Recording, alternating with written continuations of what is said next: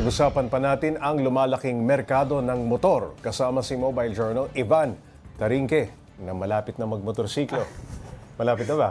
Tignan natin, Pops J. Tingnan natin. Sinasabi ko sa'yo. Okay, nasa magkano ba ang pinakamotor ngayon, Ivan? Pops J, yung pinaka-entry level, no, na pagtanungan natin is around 60,000. Oo. Yung pinaka-entry level na motorsiklo, Pops J. Tama, Okay. 60. Japanese brand na siya. So, Okay. alam naman natin, yung Japanese brand, kilala as reliable. Oo. Na pwedeng pang-daily. And usually, Pops J, yung bumibili nito, hindi lang ginagamit pang service, pinang-papmasada rin nila ito. Pag China brand, mas mura pa yan, ha? Oo, mas less pa na 60, di ba? Doon sa mga nag-aalok ng installment, magkano naman ang madalas na tinutubo riyan ng mga dealer? Tama ka dyan, Pops J. No? Malaki actually yung tubo. Actually, malaking negosyo yan, di ba? Oo. Tama ka dyan, Pops J. Malaki yung tinutubo ng mga dealers, no, Pops J.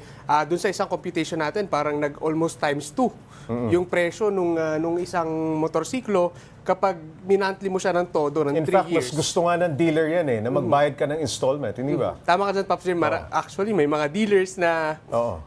mas prefer talaga nila na Pag magbabayad ka ng cash, may pera ka pambili, hindi biglang wala pong stock, di ba? Walang kulay, Pops J. Naku, Walang bawal kulay. yan, bawal yan, oo. Tama ka dyan, Pops J. Oo. Bawal na bawal dyan.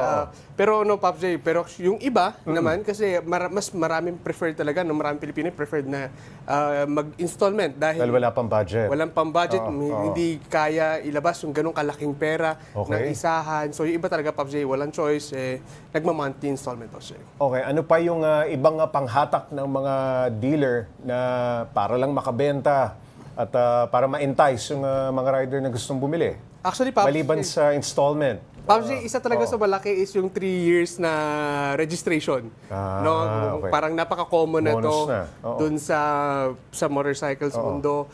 Plus yung helmet, no, may mga usually may Free mga helmet, libreng free helmet, gear, no? free Minsan, gear. yung jacket. Tama ka dyan, Pops J, maraming libre plus minsan libreng full tank.